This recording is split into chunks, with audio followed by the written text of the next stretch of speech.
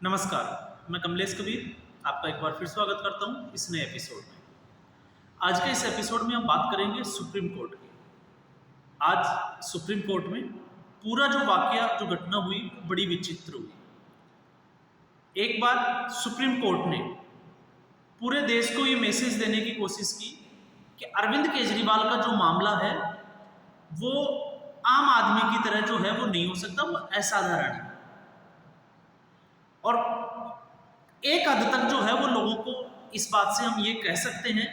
कि लोगों को यह भी लगा होगा कि क्या एक आम आदमी पार्टी का एक संयोजक, एक राजनेता, एक मुख्यमंत्री,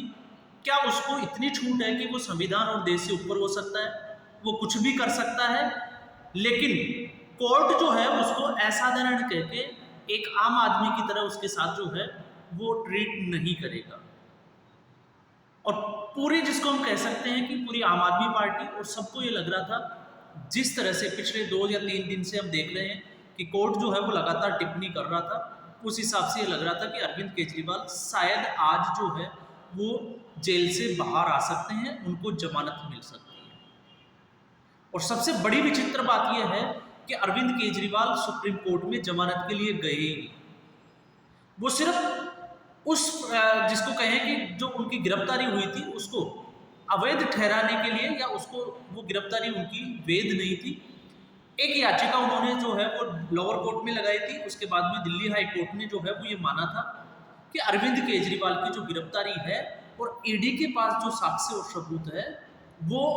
उनको गिरफ्तार करने के लिए पर्याप्त है। उसको चुनौती देने के लिए अरविंद केजरीवाल सुप्रीम कोर्ट गए थे। और बड़ी चालाकी से आप देखिएगा कि उसमें अरविंद केजरीवाल ने जमानत की जो है वो भी मांग रखी, जबकि वो रेगुलर जमानत के लिए, आपने देखा होगा इससे पिछली जो सुनवाई हुई थी उसमें अभिषेक मनु सिंघवी से कोर्ट ने ये पूछा था कि आप जो है वो रेगुलर जमानत क्यों नहीं चाहते, और उसमें उन्होंने कहा था कि नहीं, इनकी जो गिरफ्तारी है वो गलत तरीके से हुई है, इसलिए हम रेगुलर जमानत के लिए नहीं जा रहे। और ऐसी स्थिति में जिस तरीके से ईडी से जो है वो जवाब पूछे, और जवाब पूछने के बाद में जहां सबको ये लग रहा था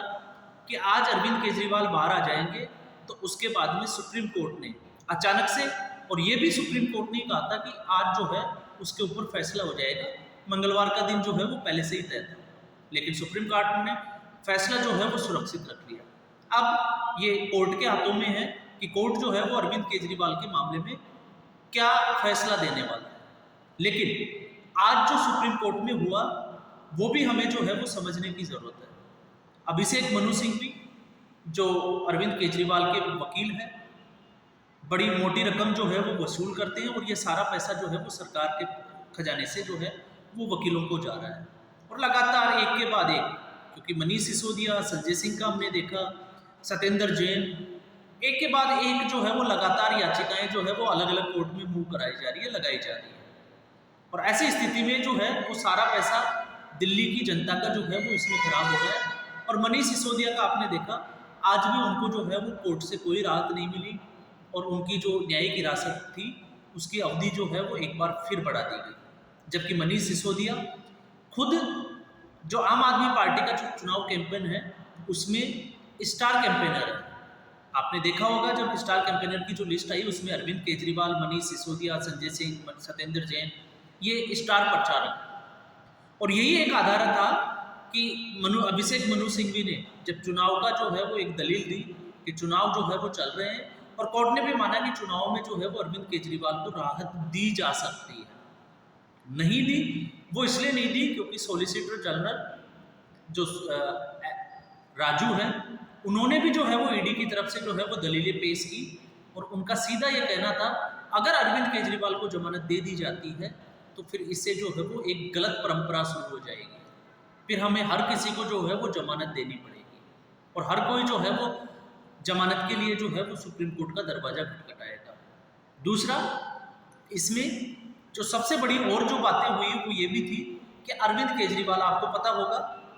सुप्रीम कोर्ट ने ये शर्त भी रखने की कोशिश की थी कि अगर अरविंद केजरीवाल को जमानत दे दी जाती है तो वो सीएम ऑफिस नहीं जाएंगे, या फिर हम कह सकते हैं कि वो मुख्यमंत्री की जो औपचारिकताएं हैं उनको पूरी नहीं करेंगे। वो ऐसा हम कह सकते हैं कि अरविंद केजरीवाल जो है वो चुनाव प्रचार तो करेंगे,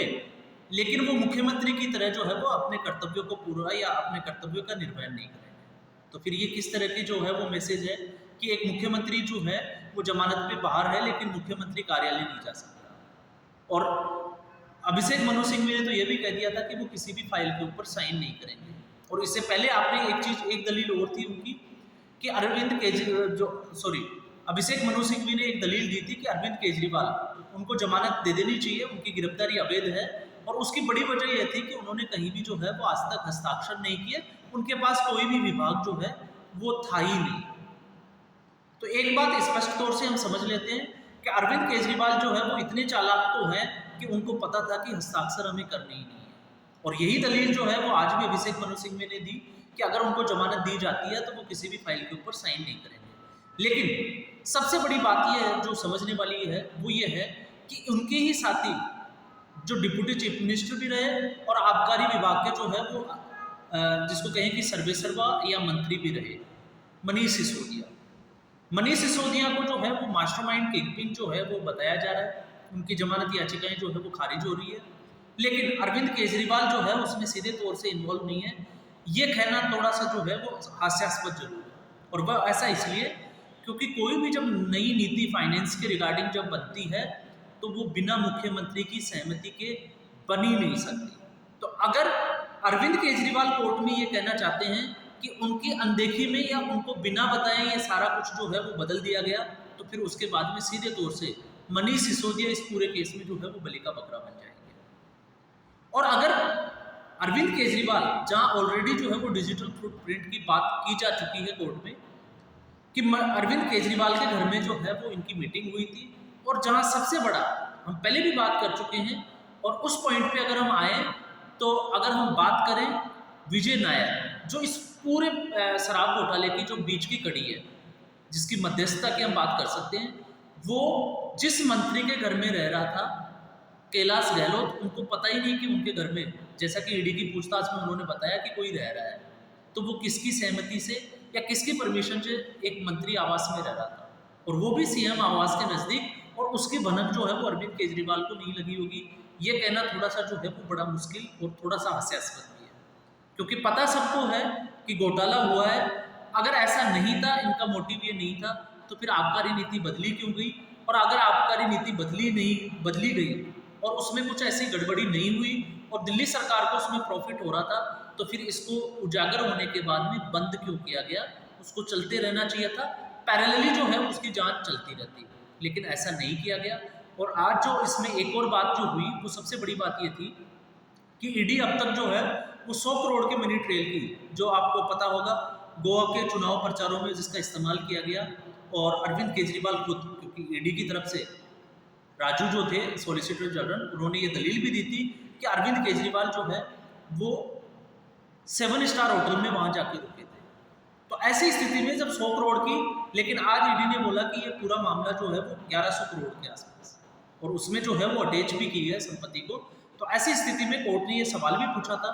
कि ये 100 करोड़ से 1100 करोड़ क्यों हो गया? तो 100 करोड़ ईडी का जवाब उसमें ये था कि 100 करोड़ रुपए जो है वो चुनाव प्रचारों में और उसमें जो है वो इस्तेमाल हुआ, बाकी जो है वो फायदे के जो हुआ, तो ऐसे करके जो है वो 1100 करोड़। अब साथ में अरविंद केजरीवाल, जहां हम एक तरफ इस तरह की बात करते हैं, तो दूसरी तरफ एक बड़ा आरोप 2 दिन पहले आपको पता होगा, एलजी जो वीके सक्सेना है,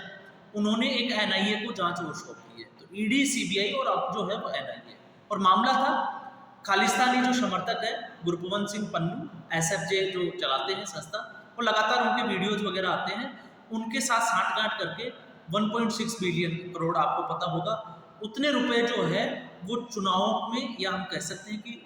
फंड लिया गया आम आदमी पार्टी के लिए, और उसके एवज में जो है वो 1993 के जो बम ब्लास्ट के आरोपी थे,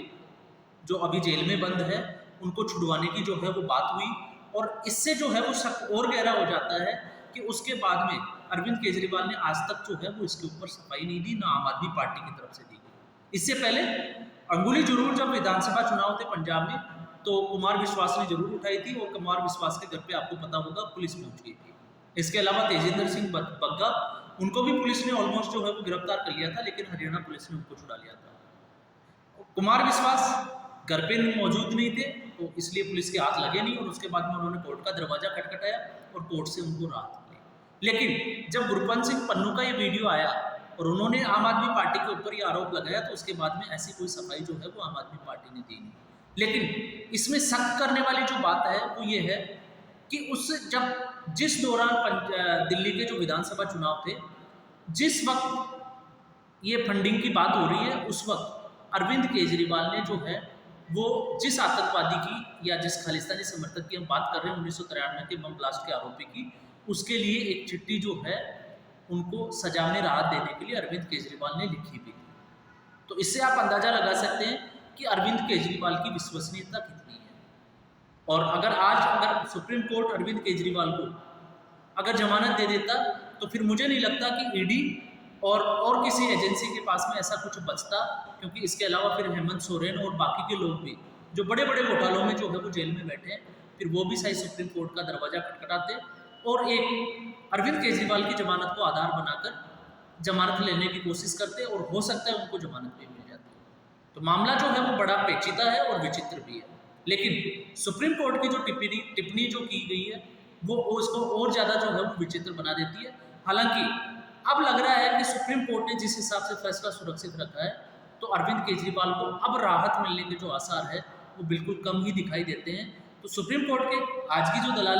जो दलीलें जो सॉलिसिटर जनरल के द्वारा दी गई वो कितनी कामयाब और कारगर होगी, ये आने वाले दिनों में पता चलेगा। हो सकता है इस वीक में भी जो है वो फैसला दे दिया जाए, या फिर ये फैसला जो है वो अगले वीक में जो है वो सुप्रीम कोर्ट की तरफ से दिया जाए। तो आज के एपिसोड में बस इतना ही। उम्मीद करूंगा आपको ये एपिसोड पसंद आया होगा। वीडियो को लाइक करें, शेयर करें और चैनल जरूर सब्सक्राइब करें। धन्यवाद।